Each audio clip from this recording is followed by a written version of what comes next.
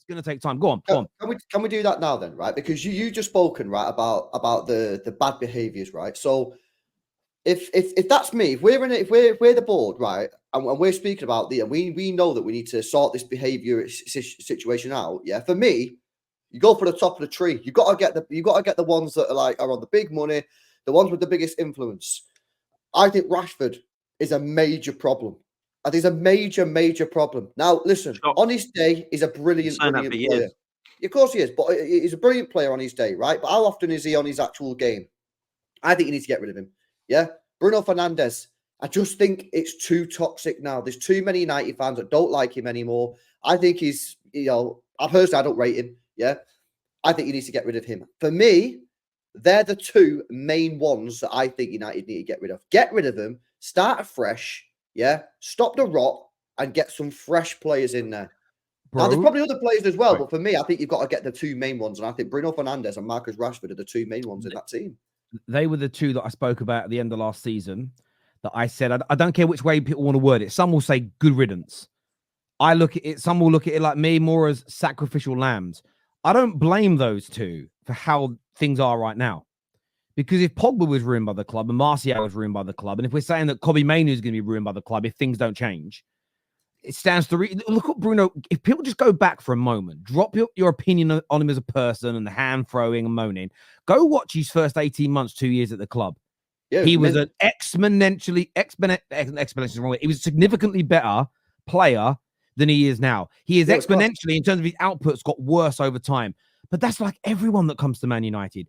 Very few start well. Go and look at, there are some things about Onana. Look at Onana at Inter Milan compared to him at Manchester United. I saw De Ligt being ripped into last night on Monday Night Football, and he was late in the press. Every centre-back we've had, including ones with speed like Varane, have been late in the press in the last 3 or 4 years because we ain't coached well enough. So, but I do get you. I think there is a stench on Bruno and Rashford that, whether it's their fault or not, is almost an irrelevant debate. It's there. And I think they have to be moved on. They are so synonymous with the frustrations at the club, where most other players, there is still an element of, I'll give you a chance and an opportunity. And when it comes to all the new players, I'm not convinced about any of them, but equally, I'm not throwing any of them under the bus. When we don't press right and we don't sit and absorb correctly, when we don't have the right shape, I can't be blaming players. Against Palace, we got it right until the substitutions, and everyone looked mint. Everybody looked real. I'm talking like you now. Everybody looked good. Everybody looked top. We just didn't finish our chances. The next 2 games, the manager empties the midfield. We don't know whether to press or absorb at times. We're caught out of position. And everyone's going, we bought loads of duds again. I'm not protecting my recruitment team. We can't keep buying this consistency of duds over 11 years. Mm-hmm. There has to be a coaching issue. And it's one of the biggest, it's the only real mistake I think Ineos have made so far, is they should have moved on from him in the summer. But Bruno and Rashford, I think they should be on the chopping block. I absolutely agree. And I'll be honest with you, there's only a handful of players at the club. Mainoo is one of them. Lenny Yoro hasn't kicked the ball, so he's another, that I look at and I think to myself, none of you should be safe over the next 2 to 3 major transfer windows. We should be looking to, but that's where Man United fans got to be patient, boys, because I think I think a competent head coach can make us play better football.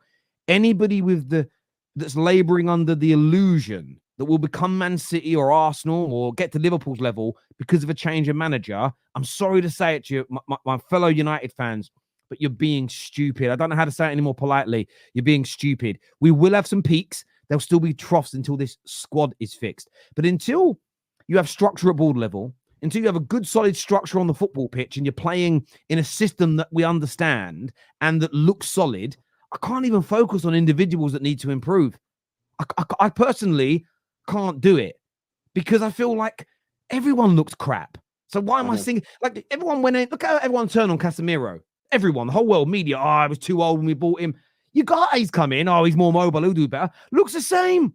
Scott McTominay's pissed off to Italy. He's balling out on top of the fucking league. Yeah. And doing brilliant. It's something, when you have no structure on the field of play, I can't single out players, techie or not technical. There's a reason Sancho looks good at Chelsea.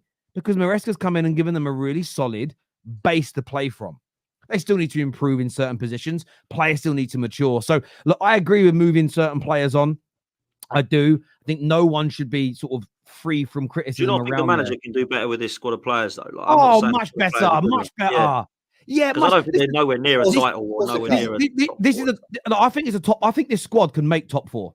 I think with the competent manager who makes us hard to break down and beat, we have got the talent to make it into the top, potentially make it into the top four or challenge for it. Other teams are really good at the moment. You know, Chelsea are looking up there, but we have the ability to be in and around that. We were outplayed, boys, by FC20. If we're honest now, if your squad was empty and you had to choose and you could only pick players from FC20 or Man United squad, you're picking the majority of our players, but 100%. They look better than us on the ball.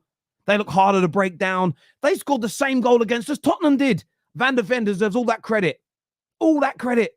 But FC20 ran through us. Honestly, I'm getting out. I haven't been that animated about it since Sunday, but the more I think about it, it's because I've been ignoring what it. I'm getting at, what I'm getting at is like, I understand it's doom and gloom, and it proper is for a Ten Hag, but I do think this is a Ten Hag thing because we've been told this structure is good, it's refreshed, it's new. City have lauded this Barada guy. Obviously, we know what Dan Ashworth's about. We know what Jason Wilcox is about. So for me, when you look at what we've seen from them in the past, they're all now together. They're footballing men. Their decisions, I will say, in the first few weeks of the season have not been great in terms of keeping him. But once they actually do get rid and they start to spend the money that has been spent before and they start to actually look at it in a different way, with the right manager, I do think Manchester United might not be 5 or 6 years away from fighting for a title. They might be sooner than that.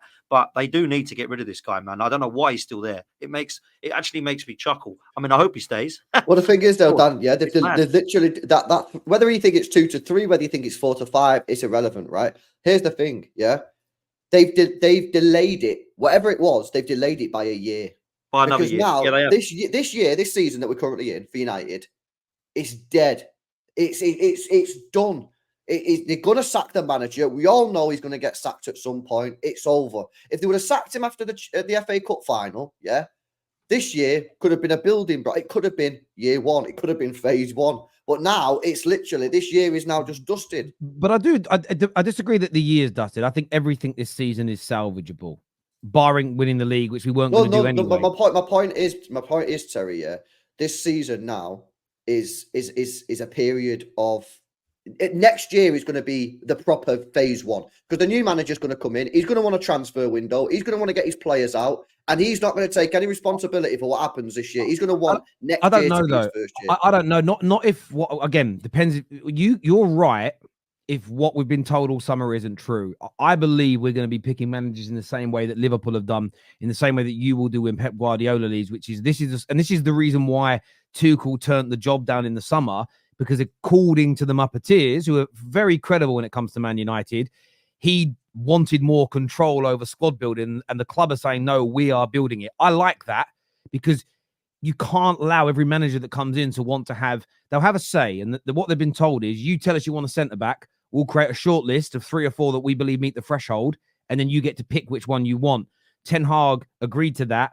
The likes of Tuchel said, no, they want more control and want more power. I think it's wrong to give any new manager at our club that kind of control.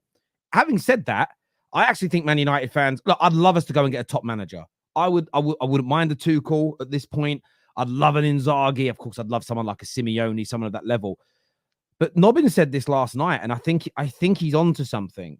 I think we have to readjust where we are as a football club.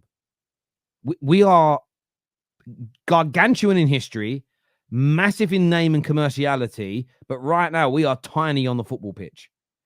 It's only our money that is the reason we're not in a relegation battle. It's only the overarching quality of our players why we're not in a relegation fight. That is it. That's the only reason that we wouldn't go down. I think we have to reset our sights. And you'll get some United fans that will say, no, our owners have said we have to go for best in class. You'll get Standard FC that say we have to go and bring in the best managers possible. Why would they come in right now? I think you think about managers like Thomas Frank, and that's Nobbins' suggestion. That might be actually what we need for the next few years to build a bit of stability, to help cultivate the squad, to get it to a point where it's competent, highly technical, playing nice football. And then maybe it's a Simeone or a Zidane or a Alonso. I'm just throwing out some names now that come in, because there's a lot of you boys have said there's so much work that needs to be done. And I think the one step a lot of Man United fans want to ignore, whether they blame the manager or not, is that there is going to still be a lot of ups and downs with a new coach. This idea that we're going to bring in a new... People say, oh, Chelsea, look what Maresca's doing. He's still going to have peaks and troughs this season, but Chelsea's build is going into its third year. Their process, whatever you want to call it, is going into its third season. They haven't deviated from what they've been trying to do. They've just added a new head coach in each time. And that has been very well documented, in my opinion, through reading it. The club has maintained it when in the first summer, they probably spent a lot of money on bigger names and salaries. And they kind of adjusted that 6 months in and went for more youth, that sort of caps on salaries, certain profile of players. You now look at Chelsea and it's coming around. And part of that is a new head coach, but it's because they've stayed on that path. Man United are going to go through the same situation. We might hire a couple of managers and it doesn't quite work, but we have to stay true to whatever we're trying to build and not keep starting again from the ground up. But my biggest fear is that Man United fans are not going to have the patience for this. And they're going to look at it as, well, we're Man United, which have the best manager in the world. No, not where we are right now, when in essence, there's at least 7 or 8 teams in England that are better run and in better positions than us. And if you add up the whole of Europe, we're probably not even in the top fucking 20 teams right now in terms of how we play football, the balance of our squad, and the potential for us to become great again.